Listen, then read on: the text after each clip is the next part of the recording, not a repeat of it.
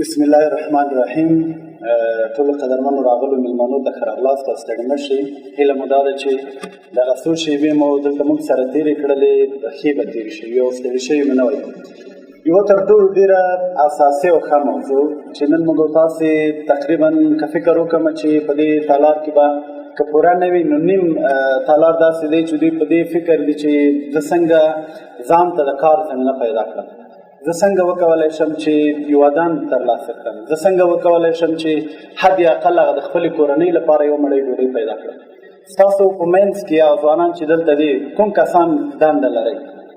هغه کسان چې دنده لرئ لاس پورته کړئ. تقریبا 15 لاس یا 8 دا نور ټول په دې فکر دي چې څنګه وکولی شو موږ کار ته لاسرسی پیدا کړو او وکولی شو چې کار ولرو. د ازادۍ او اقتصاد سیمینار زه فکر کوم دا به کیدای شي هغه د لیبرالیزم کومه مفکوره چې د اقتصادي ازادي یا به دا مفکوره وي چې تقریبا له کلونو پخوا دا رایج شوې ده او غواړي چې هر څوک هغه د خپلې ژوند مطابق لارې چارې او کار مخته یوسي. او که چیرې بل پلو د ازادۍ ځان ته موضوع وي او اقتصاد ځان ته موضوع بیا د دواړو اړخونو باندې خبره ډېره مهمه ده. موږ تاسو راځئ نن دې تالار څخه پیلوو. موږ تاسو له دې ځای نه پیل کوو چې دې هېواد کې څه ته اړتیا ده. زه وایم یو کس که چیرې 10,000 افغانۍ ولري د دغه 10,000 افغانۍ په مټ باندې کولی شي چې حد اقل یو 2 نفري مثلا یو نفر به دی پکې مصروف وي، یو نفر بل هم ځان سره په دنده کې مصروفولی شي. هغه څه ماته وښیي چې په دې تالار کې زموږ په هېواد کې جوړ دی. دا مایک چېرته جوړ ده؟ بهر کې جوړ ده. د دې لرګی شونې ده کیدای شي له بل هېواده راغلی. دا ګروپ چېرته جوړ ده؟ مثلا دا میز چیرته جوړ ده؟ دا کوم پلاستیک چې زما شاته لګول شوی دا چیرې جوړ ده؟ دا چوکۍ چې موږ او تاسې نن پرې ناست دي دا چیرته جوړه ده؟ دا لباس دا واسکټ چې زما او ستا په ځان ده دا چا جوړ کړی ده؟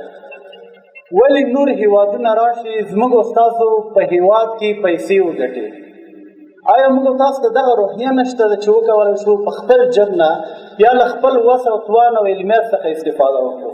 راځئ په دغه تالار کې چې څه شته د بیرون نه څه چې همدلته دننه دي لاندې څخه قیاس کړو.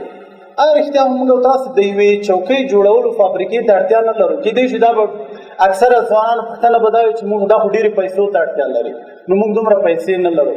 زه وایم که چیرې 10 ځوانان متحد سره راټول شي 1,00,000 افغانۍ څخه پیل وکړي زه باور یم چې کال وروسته به دغه 1,00,000 تر 1,000,000 ورسېږي. خو یوه موضوع باید په یاد وي، د کاروبار یا د بازار یو تر ټولو اساسي اصل چې دا هغه تبلیغات ده.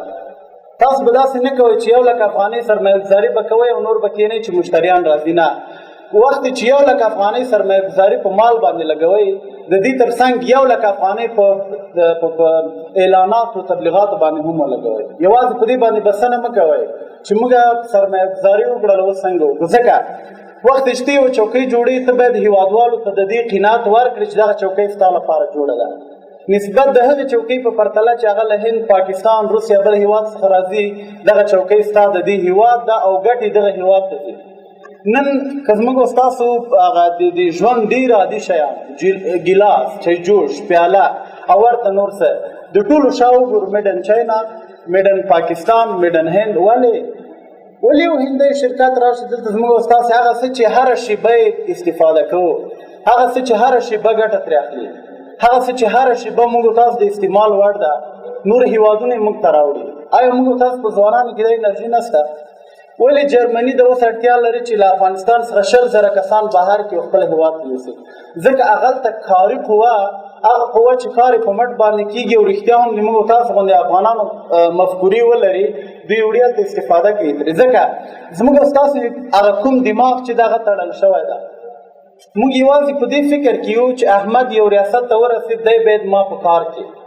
زه وایم که چیرې احمد تا ته دنده درکوي نو دین صاحب، منصور صاحب ټول مشران ناست دي مثلا تا ته دنده درکوي د میاشتې 10,000 افغانۍ معاش درکوي. زه باوري یم چې دغه ریاستونه په تاسو باندې د میاشتې 1,00,000 افغانۍ ګټي وخت چې 90,000 افغانۍ دوی ته عاید ورسي. ولې دغه 90,000 افغانۍ خپل ځان ته نه ګټئ؟ زه وایم کار وکړئ، له نن څخه پیل کړئ. په دې باندې مه ځئ چې احمد څه ویل، محمد څه ویل. تر ټولو لومړی زموږ تاسو په وجود کې چې شتون لري هغه ډار د طرز ده. زه وایم په دې وخت کې ترس یا ډار مه پیدا کوئ چې کله تاسو د صحنې دننه ځئ. تاسو هغه وخت کې ډار پیدا کړئ کله چې تاسو مفکوره جوړوئ، کله چې تاسو د چوکاټ جوړوئ د کار لپاره. زه مثلا غواړم د توش پیپر یا عادي کاغذ نه مثلا استفاده کېږي، راځئ یو شرکت ورته جوړ کړو. دغه چوکاټ چې ته جوړوې د کومه طرحه جوړې په دې کې دغه ټول بعدونه وسنجوه، په کار باندې بسم الله کړه. زه وایم 1 لک سرمایه ګزاري مه کوه، 15,000 افغانۍ سرمایه ګزاري وکړه. حد اقل ته خو په کې مصروفه شې، حد اقل تا لپاره خو به یو د کار زمینه برابره شي، حد اقل ستا خو به دغه هره ورځ منډې چې تا 12 دی ویلی ده، لیسانس دی کړی ده، یا ماسټري لري یا دکتورا لري، تر پردیو دروازو خو به نه وي محدوده چې پلانی صاحب ما ته معاش راکړه، زه پلانی صاحب معرفي کړی یم، نو که چېرې دې په خاطر باندې ما ته کار راکړي نو زه به ډېر خوشحاله شم. نه، وخت موږ او تاسو انسانان یو، خدای پاک د ټولو انسانانو ترمنځ داسې نه دي کړي چې احمد ته ډېر دماغ ورکړي هغه اوج ته رسولی ده، یا محمد ته کم دماغ ورکړي. نه، خدای جل جلاله ویشنه هغه ډېره متوازنه ده. ما او احمد ترمنځ، زما او ستا ترمنځ هېڅ توپیر نشته ده. خدای پاک ما ته کوم دماغ کومه حافظه چې راکړي ما استفاده ترې کړې او ځای ته مې ځان رسولی ده. خو هغه کس چې نن شاته پاتې هغه قصه کې نه ده او نه پسې ګرځي. زه وایم هغه خدای پاک چې موږ او تاسو ته کوم څه راکړي، کومه وړتیا یې راکړې، راځئ ګټه ترې واخلو. دغه خبرې ټولې هغه موضوعات دي، هغه خبرې دي چې زموږ او ستاسو د ژوند لاره بدلولی شي. زه وایم راځئ له دې څخه نن تېر شئ چې پلاني ریاست ته لاړ شه. زه پوهېږم د هغوی به اړتیا یې ورته، او لکه څنګه چې لودین صاحب یاده وکړله، یو ریاست چې ډېر حجم واخلي 100 نفره به ځان سره ځای په ځای کړي. په ټول لوګر کې مثلا 6 لکه 8 لکه 1 میلیون کسان دي. دغه څنګه په ټولو ریاستونو کې ځای په ځای شي؟ د نورو هیوادونو نه که نور نه کوو، راځئ دغه تقلید خو ترې وکړو. هغه هیواد چې نن دلته ما تا ته ګیلاس راوړي او په ما ته یې پلوري، راځئ موږ تاسو خپله دغسې یو مفکوره جوړه کړو چې خپل ګیلاس خپلو هیوادوالو ته ورسوو. که خوست، پکتیا، ننګرهار بل ولایت ته نه کېږي، راځئ د لوګر لپاره یو فکر ولرو. د اوبو مثلا دغه مدني اوبه دي په کابل کې جوړېږي، ولې دلته لوګر کې موږ تاسو نشو کولی بهترینې اوبه لرو؟ دغسې د ژوند نورې چارې اړتیاوې هر څه کوم څه چې موږ تاسو یعنې مشرانو خبرې وکړه چې افغانستان د طبي لحاظ یو تر ټولو بهترین هېواد ده، د هر څه امکانات پکې شته ده، یوازې چې نسبي د هغه زموږ او ستاسو د ذهنیت او د طرز موضوع ده چې له بده مرغه موږ ډارېږو او هېڅ کار ته مټ نشو ورکولی. له ډېر کم څخه پیل وکړه، کېدای شي دلته به ډېری کسان ویل زموږ له کار څخه به خبر وي چې مثلا موږ کوم کار کوو، اوس په ولایت کې کوم کار روان کړی دی.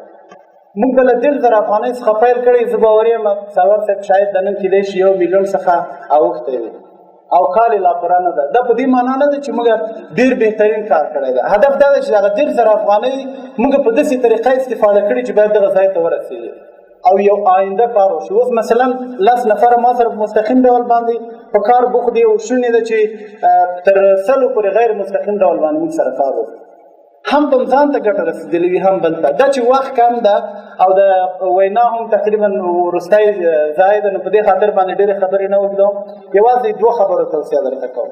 لومړی دا چې کوشش وکړئ له خپل دماغ څخه ګټه واخلئ، په داسې یو فکر باندې مخ ته ولاړ شئ چې پوهېږي دلته اړتیا ده، دغه پکې جوړولو ته اړتیا ده. هسې وایم که نه مثلا د فرش جوړولو ته اړتیا ده، د مایک جوړولو ته اړتیا ده، هغه څه ته چې ستا ذهن رسېږي په همغه برخه کې پیشرفت وکړه، په همغه برخه کې کار وکړه. 10 نفره چې دغه ځای نه په 10 برخو کې کار وکړي، نور تقریبا د موږ د لوګر 10 اړتیاوې رفع شولې. واقعا خدای مهربانه دی چې حل شي. تر بیا او بل ځل لیدو خدای مو مل ډېره مننه له حضرت سلیمان دې